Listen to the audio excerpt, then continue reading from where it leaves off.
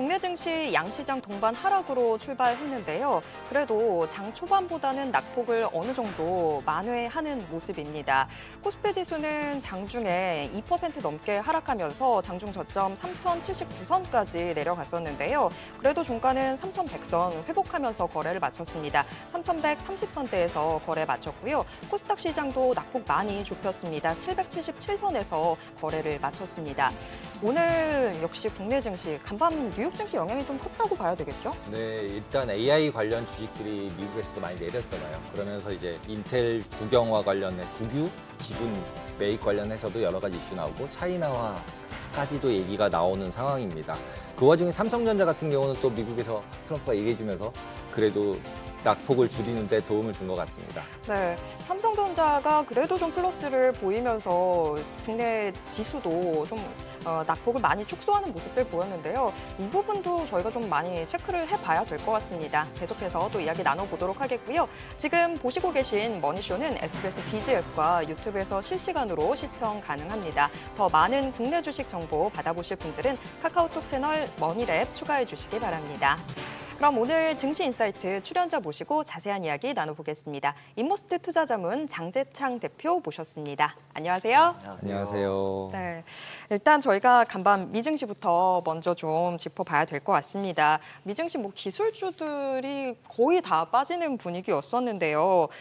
저희가 방송 어제도 좀 이야기를 했었는데 샘 올트먼 오픈 AI 대표가 AI 거품론을 이야기했던 그 영향이 좀 있었던 걸까요?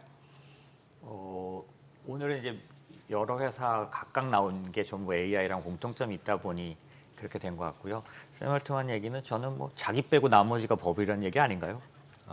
저는 그렇게 생각이 들더라고요. 그래서 자기가 하고 있는 부분에 대한 법을 얘기는 아니었어요. AI에 대한 법을 얘기는 아니었던 것 같고요. 그럼 시장이 오히려 과민 반응을 했다 이렇게 해석해야 될까요? 예, 아무래도 지금 이런저런 그런 조정의 모습들이 있는 상황이기도 하고요. 그다음에 급하게 온 것도 있고 그러니까 저는 그렇게 생각하는데 이제 개별적인 것도 봐야 될 것 같아요. 예를 들면 팔란티어 같은 경우는 이제 충격을 좀 주고 있는데 그것도 이제 그냥 다소 심리적인 거라기보다는 공매도 이제 리포트 내용이 나온 거니까 그건 좀 검토를 해볼 필요가 있겠죠. 의미가 있는지. 근데 제가 이제 보기엔 내용은 어떤 거였냐면 그냥 간단하게 그 오픈 AI하고 비교한 거예요. 이 공매도 리포트를 낸 데가 이제 좀 시트론이라 그래서 약간 이제 많이 알려진, 그러니까 나쁜 쪽이죠. 게임스탑 때문에 알려진 회사거든요. 그 공매도 쳤다 결국 졌어요. 그래서 저희 기법했는데 어쨌든 뭐 그런 회사기도 하고 이래서 좀 많이 그 입소문을 탈 수 있는 데였고 내용은 그냥 간단하게 보면 이겁니다. 오픈 AI하고 비교해 봤을 때 그 PSR을 비교했더니 오픈 AI가 17배인데 지금 팔란티어 같은 경우는 P가 245배 막 이렇게 불리니까 그리고 사실 좀 비교하면 이렇게 비교가 돼요. 뭐냐면 같은 23년도 기준으로 했을 때 그 이익이 레비뉴가 어떻게 되냐면 5배가 같은 시간 동안 3년 동안 오픈 AI가 더 빠르게 올라갔죠. 그러니까 3년 안에 팔란티어는 5조 빌리언이니까 5조 달러 그냥 6조 정도 되겠죠. 그 정도인데 그 오픈 AI는 29조 달러예요. 그러니까 이게 상당히 차이가 나니까 이렇게 비교를 하고 보니 이 사람들이 하는 얘기로는 아주 관대하게 얘기해서 40달러가 적정 가격이다. 지금 몇 불인데? 160불. 그러니까 70% 빠져야 된다는 얘기를 한 거잖아요. 이제 그러다 보니까 충격은 왔는데 요 내용의 논리가 아까 말씀드린 것처럼 두 개를 1대1 비교했는데 사실 같은 비즈니스 모델은 아니죠. 비교한다는 면에서 봤을 때. 그리고 약간 모델이 다르잖아요. B2C고 이쪽은 거버먼트 내지 B2B로 하니까 팔란티어 같은 경우는 그래서 비즈니스 모델이나 아니면 시장 사이즈도 굉장히 틀린데 그걸 또 비교하고 있는 것 같고 그 다음에 실제로 저는 이제 그렇게 보이더라고요. 일단은 러시아 우크라이나 전쟁이 어느 정도 이제 마무리가 되는 것 같은 모습으로 가고 있잖아요. 그러다 보니까 유가도 빠지고 다 빠지니까 팔란티어도 나름 국방주잖아요. 영향이 있죠. 네, 국방주라서 빠지지 않았나 싶었는데 공매도 레포트가 나왔더라고요. 네.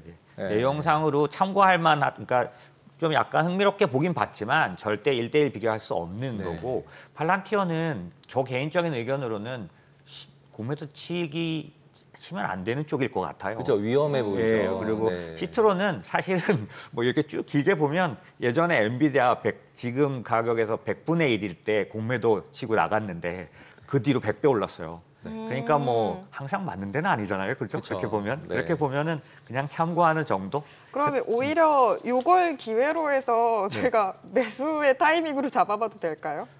저는 그렇게 생각하고 있습니다. 왜냐하면 팔란티어가 가지는 뭐 의미적인 거 말고 비즈니스 모델로 봤을 때 사실은 좀 쉽게 말하면 인공지능이 이제 소프트웨어 시대로 들어섰다는 것을 보여주는 대표적인 회사고, 그다음에 모델 자체가 저희 같은 사람들이 보기에는 매우 훌륭해요. 그러니까 비즈니스 모델 자체가요.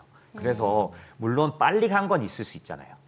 그렇다고 해서 얘가 다 허물어지는 건 아니고, 예전에 공매도 리포트 중에 의미가 있었던 건 이런 거예요. 그 안에 뭐 회계 처리가 부실하다든지 엄등을 했다든지, 인공지능 개발 가봤더니 개발자들이 이게 뭐 몇 명 데리고 뭐 이랬다든지 뭐 이런 거잖아요. 근데 그건 전혀 아니거든요. 그러니까 그런 측면에서는 저는 어떻게 보느냐, 살 수 있는 기회다라고 보는 거죠. 예. 그러면 어제 간밤에 미증시는 AI 거품론 쪽이라기보다는 정말 미증시도 사실 소수의 몇 종목이 끌고 가는 측면들이 있었던, 네네. 그걸 오히려 드러냈던 장이라고 봐야 되는 걸까요? 사실은 AI 얘기가 부각됐던 이유는 두 개가 좀 겹쳤는데, 엔비디아 얘기도 나왔고요. 그다음에 특히 메타가 이제 X에 올라온 걸 보면은 엔비디아 인공지능 투자를 줄이는 듯한, 지금 계속 예. 구조 조정을 뭐 6개월 맞습니다. 사이에 뭐 4번째 했다고 맞습니다. 했던가요? 네네. 지금 다들 오히려 AI 투자는 늘려가고 그렇죠. 있었던 분위기였는데, 네, 그렇죠. 메타 혼자 다른 길을 걷는 것 같아요. 그렇죠. 그래서 아마 시장에서도 상당히 의미 있게 보려고 했는데, 저도 그래서 다 확인을 했거든요. 근데 내용들을 보니까 뭐냐면, 사실 얼마 전에 메타가 아주 큰 그 M&A 했던 그쪽이 보면은 주로 어느 쪽이냐면 저기죠. 슈퍼 인텔리전스. 예, 그쪽. 그러니까 무슨 얘기냐면, 거액을 들여서라도 그쪽은 늘리는데 이전에 몇 년 동안 갔던 데들은 줄이는. 그래서 엑스에 보면은 임원이 뭐 일부 임원은 떠난다 뭐 이렇게 나오니까 이제 축소처럼 보이지만, 그건 아니고 집중할 때 집중하고 뺄 때 빼버리는 그런 선택과 식이에요. 집중을 연봉 1,000억씩 주고 뽑았으면 연봉 10억씩 주는 사람 100명은 이제 해고를 해야 이게 한 사람을 맞출 수 있으니까. 맞습니다. 이게 예, 뭐 그 코스트 말이 제일 조정을 맞는 것 같은데, 코스트 교통 조정. 정리하는 와중에 딱 찍힌 거죠, 그게. 그 한 단면이. 저는 그렇게 생각하고 있고, 당연히 우리가 보는 지표들은 AI 투자는 줄이고 있는 건 아니거든요. AI 인력을 줄이는 거지, 맞죠. 실제로 하드웨어 투자나 초인공지능을 위해서는 어차피 하드웨어는 계속 필요하니까 투자는 계속 될 수밖에 없지 않나, 그렇죠. 이런 생각이 드네요.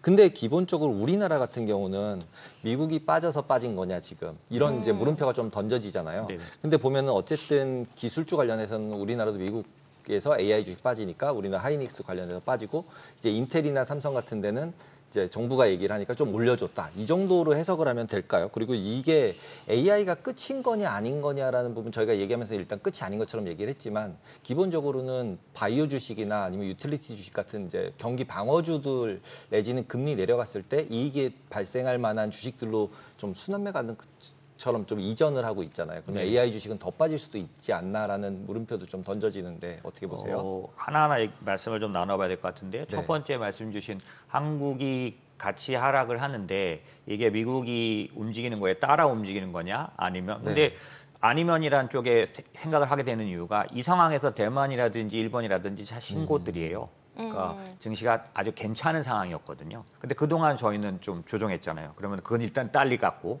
미국이 조정해서 미국의 인공지능 조정 때문에 AI 때문에 우리도 조정한다라고 보기에는, 저한테 물어보시면 저는 그거 아니라고 봅니다. 한국이 놓친 게 있잖아요. 왜냐하면 저는 이게 자꾸 데자뷰로 떠오르는데요. 작년도에도 상반기에는 외국인들이 얼마 샀냐면, 그때 제가 이제 주식시장 들어오고 눈에 띌 만큼 샀어요. 얼마 샀냐면 그 당시도 한 9조?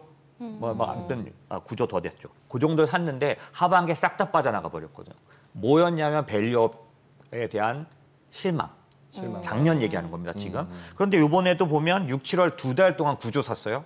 지금 한 5천억 정도 팔았고요.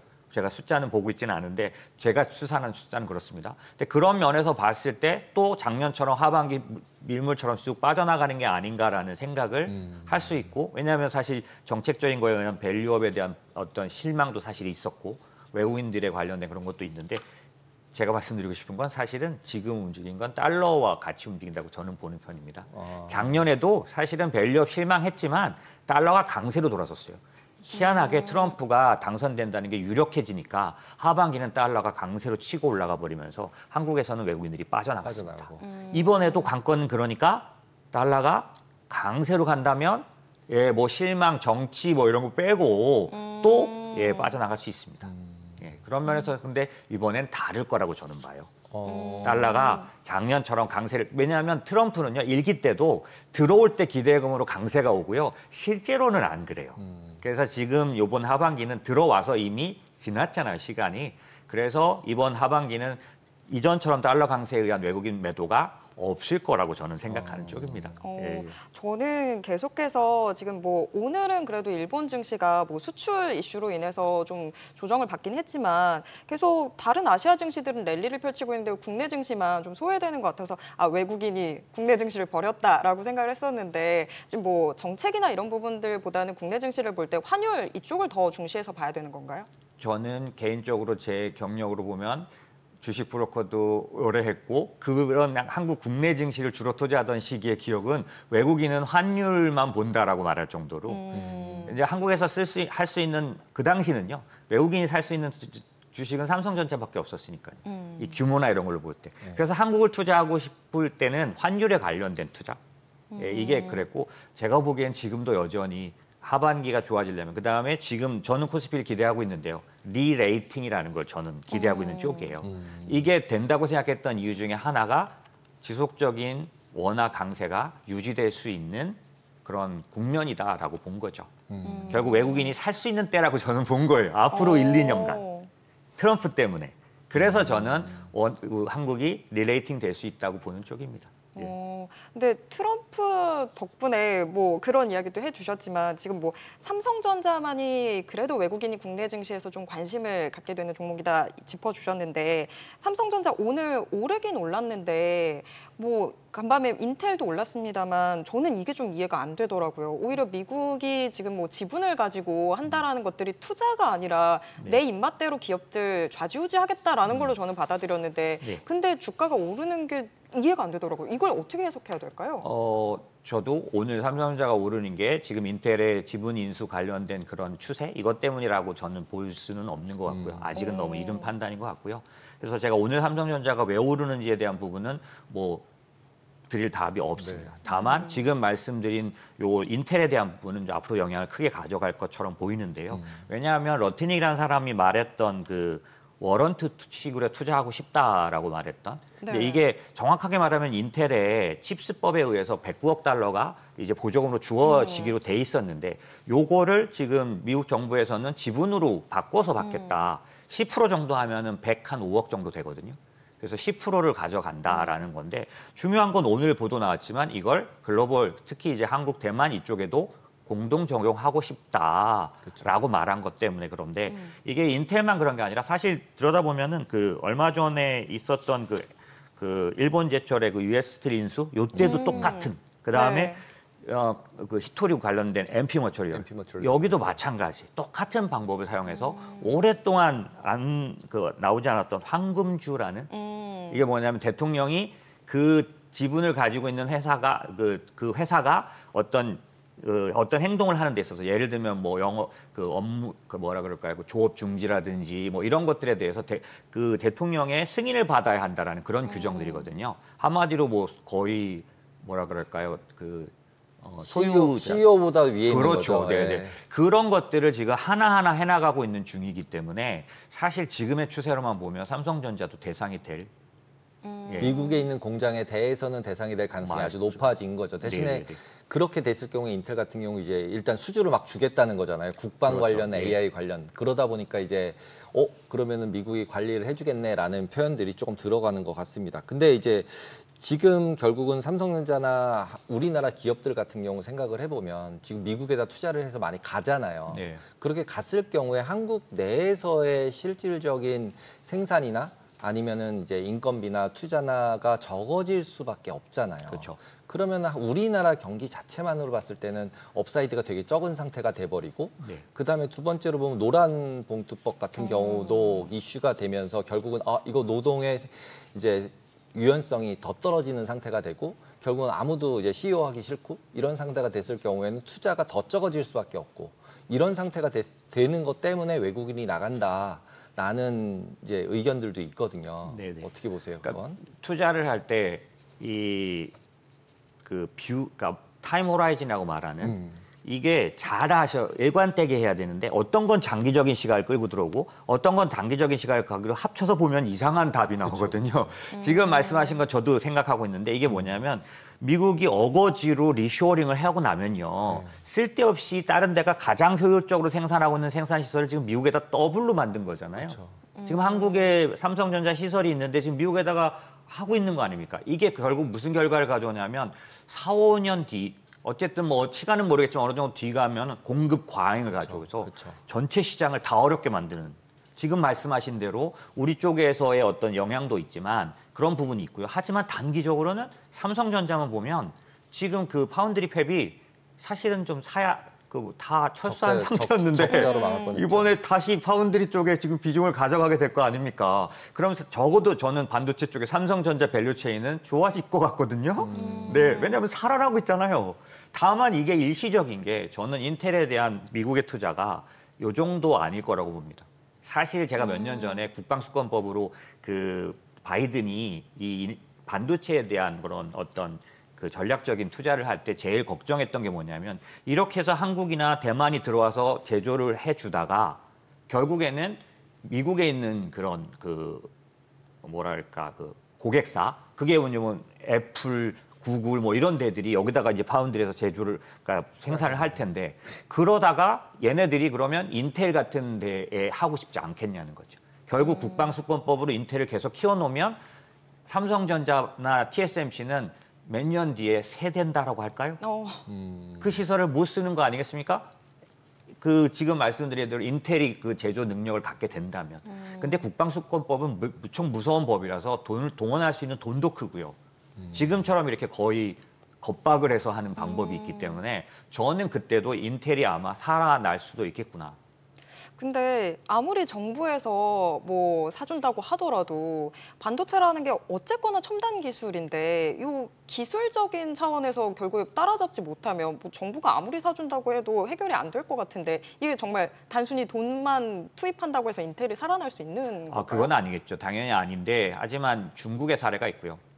중국이 레거시 있어서는 한국을 이미 따라잡았다고는 못해도 거의 정말 예전에 한국처럼 같은 모습이거든요.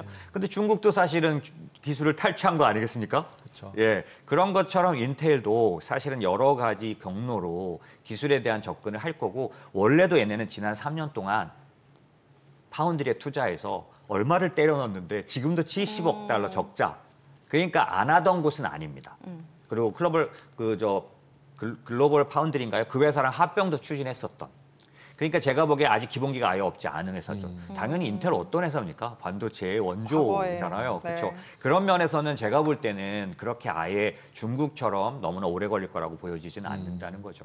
거기다 이제 저는 무식한 소리입니다. 거기다 이제 소프트뱅크도 결국 20억 불 투자를 또 얘기를 해버렸잖아요. 인텔에다가. 그러면은 이제 실제로 이렇게 가는 게 지금 말씀하신 것처럼 삼성전자나 하이닉스한테 이게 길게 보면 호재일까? 라는 물음표는 저도 들더라고요. 그래서 이미 글로벌리 보면은 반도체 밸류체인이나 이게 그러면은 지금 말씀하신 것처럼 전체적으로 다 바뀔 수 있는 현재의 상황이다. 이렇게 봐야 될까요? 저는 그렇게 보는데요. 지금 트럼프가 하고 있는 3단계 중에서 지금 1단계를 했는데 결국 2단계, 그러니까 그 2단계는 뭐냐면 1단계는 관세지만 2단계는 사실 밸류체인 변경입니다. 그렇죠. 생태계를 왜 중국과 완전히 독립적인 자기만의 생태계를 만들고 싶은 거 아니에요. 그런 거를 가고 있는데 그게 결국 바꿔보면 이 트럼프가 제일 좋아하는 대통령, 옛날 그 대통령의 제국주의입니다. 그래서 저는 다음 세미나 주제도 21세기 제국주의 이렇게 부르는데요. 그 순서대로 보자면 제가 보기에는 정해진 순서이지 않을까라고 생각하는 거죠. 어차피 지금 좀 반도체로 좀 깊게 들어간 김에 뭐 반도체 밸류체인들이 지금 굉장히 경쟁이 강화되고 있는 상황이다 보니까 SK하이닉스는 사실 HBM에서 좀 독점적인 지위를 갖고 있었는데 이제는 쫓기게 되는 상황이 아닌가. 그럼 SK하이닉스의 앞날은 앞으로 가시밭길이 되는 건가라는 생각이 들어서요. 어떻게 보세요? 삼성전자 변수를 빼고 나면 그렇지 않다고 봤거든요. 왜냐하면 사실은 계속해서 삼성과 SK가 지금까지 반도체 쪽에서 독보적인 위치를 가져왔던 이유는 뭐냐면 벌어서 기술에 투자해서 격차를 벌이는 일을 계속해왔어요. 그러니까 하이닉스도 HBM에 있어서는 나머지 두 번째 주자와 기술 격차가 상당히 있는 상태입니다. 그러니까 최고로 가장 앞서가는 엔비디아 같은 데들은 하이닉스를 계속 의지할 수밖에 없는 그 구조를 하이닉스 자체가 만들어가기 때문에 경쟁자가 많아진다 그래서 하이닉스가 내년도에 SK가 그런 면에서 밀릴 거라는 건 저는 받아들이지 않았고 1, 2년간은 아마 최고 호황을 누릴 거라고 보는데 다만 삼성전자 변수가 생겼죠. 그건 뭐냐면 삼성전자도 절치부심 그래서 있지도 않은 수요를 위해서 이미 1년 전부터 HBM 생산 관련된 걸 해왔단 말이에요. 그걸 이제 제가 알기로는 퀄 테스트가 아직 결과 안 나왔습니다. 요게 저는 기다리는 테스트예요. 만약에 삼성전자 퀄 테스트 통과를 한다면 이건 좀 달라질 수 있는. 하이닉스도 가격을 낮출 수밖에 없어진다는 거죠. 그러면 그렇죠. 이제 마진이 줄어들 것이다. 예. 이렇게 보시는 거죠. 네, 삼성전자가 지금 투자한 게 뭐냐면 다음 단계 HBM이거든요. 그건 이미 지금 단계에서는 SK하이닉스랑 경쟁이 안 될 것 같으니까 그렇습니다. 바로 다음 단계로 네, 뛰어넘는 삼성도 거죠. 너무나 잘 알고 있는 반도체 생태계 그런 구조를 알고 있는 거죠. 예. 그럼 이제 반도체기 이제 넘어가서 이제 잭슨홀 예. 이를 이제 다 쳐다보고 있잖아요. 왜냐하면 예. 이제 금리가 내려갈 거냐 올라갈 거냐 이쪽에 포커스를 하고 있으니까. 근데 이제 잭슨홀에서 대부분 파월은 계속 그냥 매파적으로 얘기할 것 같다 이렇게 보고 있는 거죠. 예, 사실은 조금 제가 어저께인가요? 모건 스탠리가 리포트 하나 냈습니다. 이번에 잭슨홀에서 파월은 매파적으로 나올 가능성이 극히 높다라는 건데 모두가 알고 있는 것 같아도 논리가 좀 좋습니다. 제가 한번 소개해 볼게요. 첫 번째 이유는 뭐냐면 시장이 이미 CME 와치 같은 데 보면은 이날에 대해서 한 80에서 90% 반영하고 있어요. 근데 저도 꽤 미국 투자를 오래 했기 때문에 이 연준은 항상 어떤 걸 갖고 있냐면 시장이 다 같이 갖고 있는 의견이 자기네 의견과 맞을 때는 아무 소리 안 합니다. 하지만 만약에 얘들이 오해를 하고 있는 것 같아요 라고 하면 닉 티밀하우스 같은 사람을 통해서라도 꼭 며칠 전이라도 코멘트를 합니다. 왜냐하면 당일날 폭탄 떨어지게 하고 싶지 않아 해요. 시장 충격을 좀 맞습니다. 완화하고 싶어서. 근데 지금 시장은 어떻게 보고 있나요? 이날을 공식적으로 받아들이고 있죠. 그러면 제롬 파월 입장에서는 만약에 진짜 이날을 할 거라면 별 코멘트를 안 해도 되겠죠. 하지만 그렇지 않다면 말할 수 있는 기회가 공식적으로 오는 게 잭슨홀이니까 여기서는 틀림없이 뭔가에 대한 반대의 얘기를 비춰서 조금만 반대만 비춰도 시장은 엄청나게 매파적으로 받아들이면서 폭락할 수도 있잖아요. 그런 게 확률적으로 높다. 두 번째 더 중요한 겁니다. 그게 뭐냐면 이 연준은 5년마다 뭐라냐면은 통화정책 프레임워크라는 걸 바꿉니다. 5년 전에 뭘 했냐면 또 옛날 얘기가 됐는데 평균 물가 목표제. 그렇죠. 예, 이게 뭐냐면 그 전에는 2000년대 들어서 이 물가가 너무 낮아서요. 너무 디플레이션이어서 연준이 뭐라고 했냐면은 2%를 물가 목표로 해놓으면 앞해가 2%가 안 되는 해가 많으면 지금 2%를 좀 넘더라도 용인하겠다. 이게 평균 물가 목표제인데 요거 하자마자 코로나 터졌어요. 그래가지고 구조가 바뀌어버렸어요. 그래서 5년마다 하는 프레임워크를 변경할 때도 됐고 그런 면에서 지금 그 평균 물가 목표제가 맞겠습니까? 구조적인 인플레이션 시대인데. 그러니까 이게 이제 폐지한다고 발표만 해도 연준은 호키시하다고 지금 시장이 다 받아들이지 않겠어요? 왜냐하면 평균 물가제라는 게 완화적인 얘기거든요. 그렇죠. 물가가 나타나도 우리는 금리 내릴 수 있어 이 얘기거든요. 근데 그걸 안 하겠다고 하니 시장은 이건 반대로 보는구나라고 받아들일 가능성이 높죠. 그래서 지금 말한 대로 시장은 아마도 이번에 실망 국면에 의한 하락을 상당 부분 예측해야 될 거다라고 보고 있는 거죠. 예. 그걸 반영해서 지금 빠진 게 아닐까요? 뭐 어저께 예, 저희가 빠진 이유를 모르겠으니까 자꾸 이제 AI 때문이다, 엘트맨 때문이라고 얘기를 하고 있지만 실질적으로 뒤로 가서 보면 주택 지표도 예상보단 잘 나왔잖아요. 네네네. 그다음에 이제 어저께 같은 경우는 이제 주택 홈디포 같은 경우도 실적 잘 나왔고 그다음에 전망도 좋고. 그럼 이 얘기는 경기가 너무 나빠지는 상황은 아니잖아요. 그렇죠. 예, 침체까지는 침체까지는 절대 아니죠. 예, 침체까지는 절대 아닌 게 확인됐으니까 이제 약간 중소형주로 아까 질문 드린 것처럼 네. 가는 부분이 있으니까 그러면은 결국은 금리 부분도 어느 정도는 맞춰주지 않을까요? 그러니까 그건 이제 금리 인하에 대한 의견을 물어보시는 거라면 저는 인하할 거라고 보는 쪽입니다. 보고, 예. 다만 이제 잭슨홀 미팅은 마지막 고용 지표가 나오는 게 9월 5일인가 그래요. 네. 제롬 파월 입장에서는 그거 보고해도 되거든요. 그러니까 시장에다 지금 시장이 막 자기들 마음대로 막 이미 막 마음껏 그렇게 즐기고 있기 때문에 아닐 수 있다는 의견을 주는 게 그때 가서 5일날 그 고용 지표 보고 바꿔도 작년에 똑같이 했거든요. 예, 그렇게 해도 되니까 이번에는 그렇게 우리가 완전히 받아들이고 있지 않다는 코멘트를 할 가능성은 있지만 저로서는 관세는 무조건 인플레이션을 갖고 오는데 결국에는 하지만 지금은 회사들이 그걸 가격에다 반영 못하는 상황이에요. 반영하면 다른 회사가 안 해버려서 자기만 점유율을 뺏겨요. 이게 죄수의 딜레마라는 거죠. 그래서 지금은 오늘도 이제 발표 났지만 우선은 반영을 안 하고 있어요. 그러면 무슨 일이 일어나냐면 가격은 높아졌는데 안 반영하면 비용을 줄이는 방법밖에 없어요. 비용을 줄이는 방법은 뭐겠습니까? 해고죠. 고용이죠. 고용 지표는 무조건 나빠지게 돼 있는 거잖아요. 제가 생각할 때는. 그러면 연준이 볼 때는 인플레이션은 미지근한데 고용은 나빠지는 거면 거기다가 전 세계에서 유일하게 중립금리보다 2%가 높아요, 미국이. 안 내린 거죠. 그러니까 연준 입장에서는 내려도 충분히 타당성이 있는 금리라서 전 내릴 거라고 보는 거죠. 그러면 어차피 파월 멘트는 어느 정도 결정된 것 같고 우리가 그 파월 멘트에 크게 놀랄 필요는 없다 이렇게 보시는 거예요? 저는 그렇게 봅니다. 예. 시장은 그걸 이용해서 조정도 하고 뭔가 할 수도 있지만 저는 그걸 뭔가 문제 있는데라고 받아들이지 않을 거라고 생각하고 있는 거죠. 그러면 결국은 파월이 나와서 매파적으로 얘기해서 주가가 빠지고 그다음에 어제처럼 AI 이슈로 빠지면 실질적으로는 더 좋은 가격의 주식을 살 수 있는 타이밍이다. 이렇게 해석을 해야 되겠네요. 저는 그렇게 보고 있습니다. 예. 오히려 기회로 활용을 해볼 수도 있을 것 같은데 지금 내 시장의 이슈는 또 미국과 러시아, 우크라이나 또 이런 국제적인 문제도 있습니다. 근데 지금 여기에 대해서는 워낙 다른 이슈들이 커서 그런지 큰 반응을 안 보이고 있는 것 같아요. 어떻게 보세요?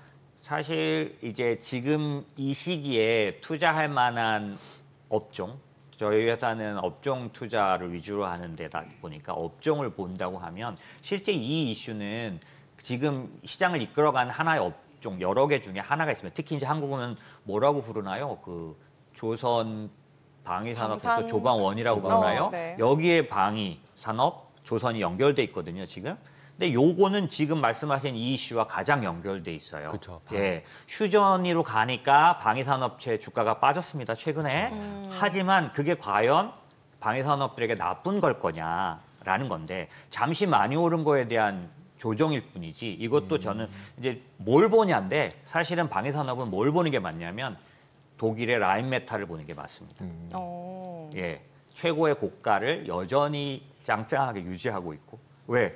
매출이 늘어날 일이, 이익이 늘어날 일이 너무나 대기하고 있기 때문에 이게 러시아하고 휴전 우크라이나 휴전이라는 게 끝은 아니잖아요. 그 다음에 그것 때문에 벌어진 상황, 유럽의 방위비 증액이라든지 여러 가지 면에서 봤을 때 방위산업주에게는 좋은 일이고, 예, 그렇기 때문에 지금 말씀에 대한 우답이 될지는 모르겠지만 제가 보기에는 요 수면 아래에 있는 이 이슈 안에서 우리가 방위산업에 대한 어떤 그런 기회를 또 볼 수 있는 부분이 오히려 있을 거다. 이 사태는 저는 그렇게 생각하죠. 이것도 방위산업도 그거네요. 그러면 이렇게 종전을 통해서 하락을 하면 사기의 좋은 기회다. 또 이렇게 보시는 거네요. 네, 저는 그렇게 보고 있습니다. 네. 어느 쪽으로든 지금 기회가 오고 있네요. 오히려 우문에 현답을 주신 것 같습니다. 지금 시장이 유동성으로 올라가는 장이기 때문에요. 사실 막 논리적으로 저도 전문가로서 말하는 거 할 수 있는데 그런 실적을 따질 장이 좀 아니고요. 정책. 지금은 통화 정책이 아니라 재정 정책이 이끄는 시대예요. 그리고 기관들이 말하는 그런 매크로로 가는 시장이 아니라요. 유동성으로 가는 시장이에요. 이 두 가지를 갖고 생각하면 정말 멋있는 해석보다는 약간은 우문 같을지라도 예, 시장에 움직이는 에너지를 보는 것이 훨씬 더 중요한 것 같습니다. 저만 다른 곳을 계속 쳐다보고 있었던 것 같습니다. 이제 좀 어디를 봐야 되는지 알 것 같습니다. 오늘 말씀 여기까지 듣겠습니다. 고맙습니다. 감사합니다.